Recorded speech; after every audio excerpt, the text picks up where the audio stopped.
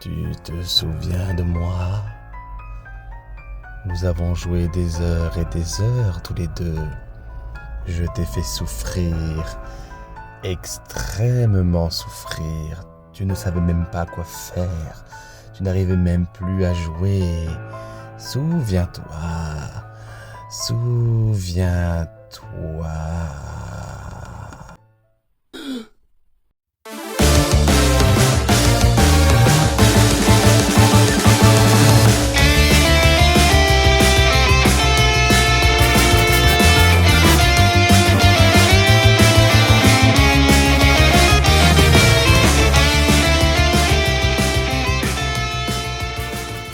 Buongiorno a tutti, hola que tal, salam alaikum, et bienvenue à nos amis rageux. Ben oui, bienvenue à nos amis rageux aujourd'hui, pourquoi? Parce qu'aujourd'hui, on va parler d'une putain de licence qui a fait, je pense, rager tout le monde sur toutes les plateformes. Et c'est vrai que dans les années 90, on avait énormément de jeux qui nous faisaient rager. Je pense notamment à la licence Ghosts and Goblins. Qui ne s'est pas pété les dents sur la version arcade ou la version NES ou la version PC Engine? On a tous ragé sur cette licence. Mais pour moi, t'en as une qui lui met 10-0, mais à l'aise, c'est la licence des Dragon Slayer. Et tout de suite, quand on parle de la licence Dragon Slayer, instinctivement, on va penser à la version Philips CDI. C'est vrai, déjà, alors c'était très beau, dessin animé interactif, tout ce que tu veux, très très joli, ok, pas de problème. Mais juste le début du jeu, le passage du pont, quand j'ai réussi à le passer la première fois, j'avais l'impression que j'avais fini le jeu. Je te jure, pour moi, je crois que j'allais avoir le texte de fin. Bravo, vous avez délivré la princesse, vous avez passé le pont, vous avez terminé le jeu. Merci, au revoir. C'était un peu ça pour moi, j'arrivais absolument pas à passer le niveau du pont. Après, on a eu la version NES qui a été présentée plein de fois et par le jeu du grenier qui a très bien mis en avant ce jeu de merde. On a eu la version Super NES qui était vraiment pas tip top. Et aujourd'hui, on va parler de ma version, la version que j'ai connue quand j'étais jeune, que j'ai littéralement poncé. On va parler de la version Game Boy. Alors, vous savez que j'ai pas beaucoup de souvenirs de ma jeunesse en tant que gamer. Mais lui, c'est vraiment un souvenir qui me reste est vraiment très ancré, vraiment. C'était un mercredi matin. Et vous savez que souvent je jouais avec mon cousin les samedis et les dimanches. Ben là c'était un mercredi matin. Et ma tante nous amène à Carrefour à côté de chez moi. Et elle nous dit voilà, choisissez un jeu tous les deux. Je vous offre un jeu pour comme ça, ce cadeau. Et je me souviens, mon cousin avait choisi Gol. Voilà, le jeu Gol, hein, qui est pas non plus le meilleur jeu de foot du monde. Et moi, je prends la version Game Boy de Dragon Slayer. Je ne sais pas pourquoi on a choisi ces deux jeux. Il y avait mieux comme jeu, mais je sais pas. On s'est dit, ouais, c'est cool, le côté Heroic Fantasy, Dragon Slayer, tout ça. Le foot, ben, il n'y avait pas beaucoup de jeux de foot, donc forcément, le peu qu'il y avait, ben, on prenait. Et donc, ce mercredi-là, on a littéralement poncé ces deux jeux. Alors, Dragon Slayer, en soi, c'est pas un mauvais jeu sur Game Boy. Vraiment un peu chelou. Alors, très différent des autres Dragon Slayer. Mais il y avait quand même des passages, je me rappelle, qui étaient vraiment tortueux. Ah, Dragon Slayer et son début du niveau, où tu vois les hitbox qui sont pas forcément des bonnes hitbox, où tu sautes et tu meurs. Voilà, tout le temps, dès le début du jeu, tu meurs et tu meurs. Hitbox, on est d'accord que j'étais dessus, on est quand même bien d'accord que j'étais sur la plate. Voilà, là le mec est à moitié, pied dans le vide et meurt. Ça, c'est la magie de Dragon Slayer.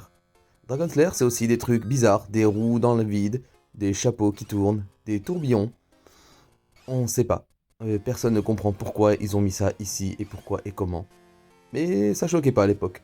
En vrai, non.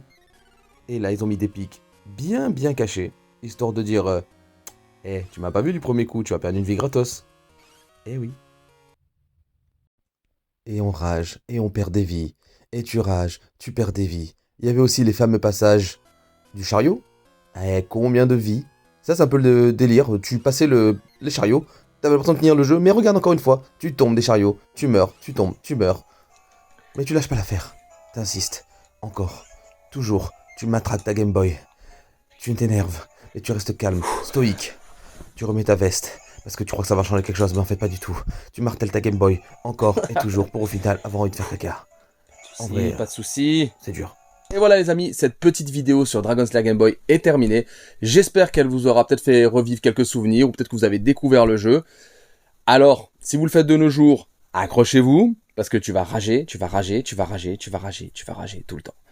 Après, testez-le, vraiment testez-le. Et puis, si t'es quelqu'un de trop calme dans la vie, si tu veux un peu une petite montée de testo là dans ton corps, joue à Dragon Slayer. Vraiment, tu verras que ta testo elle va monter, puis au libido, au taquet, tout ce que tu veux. Non, voilà les amis, j'espère que cette vidéo vous aura plu. J'espère que vous avez bien kiffé. Merci encore pour le soutien. Les petits pouces bleus, ça fait évidemment ultra plaisir. Et puis je vous dis à la prochaine vidéo pour un nouveau jeu ou des loots ou sur un stream. Ciao l'équipe! Enfin, c'était une aide. C'est vrai que tu m'en as fait baver. Tu as été dur, très dur avec moi, mais au final, tu restes sûrement ma plus belle anecdote.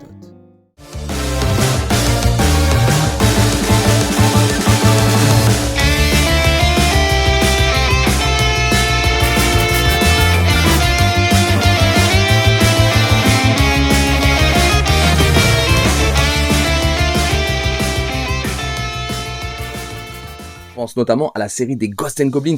Qui s'est pas pété les gants?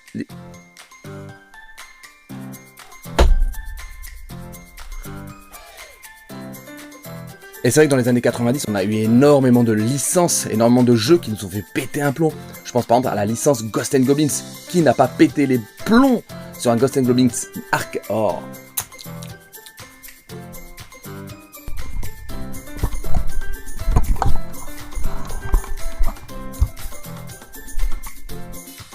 Alors Dragon... Oh là là. Fou. Pas possible. C'est vraiment de la merde comme ça.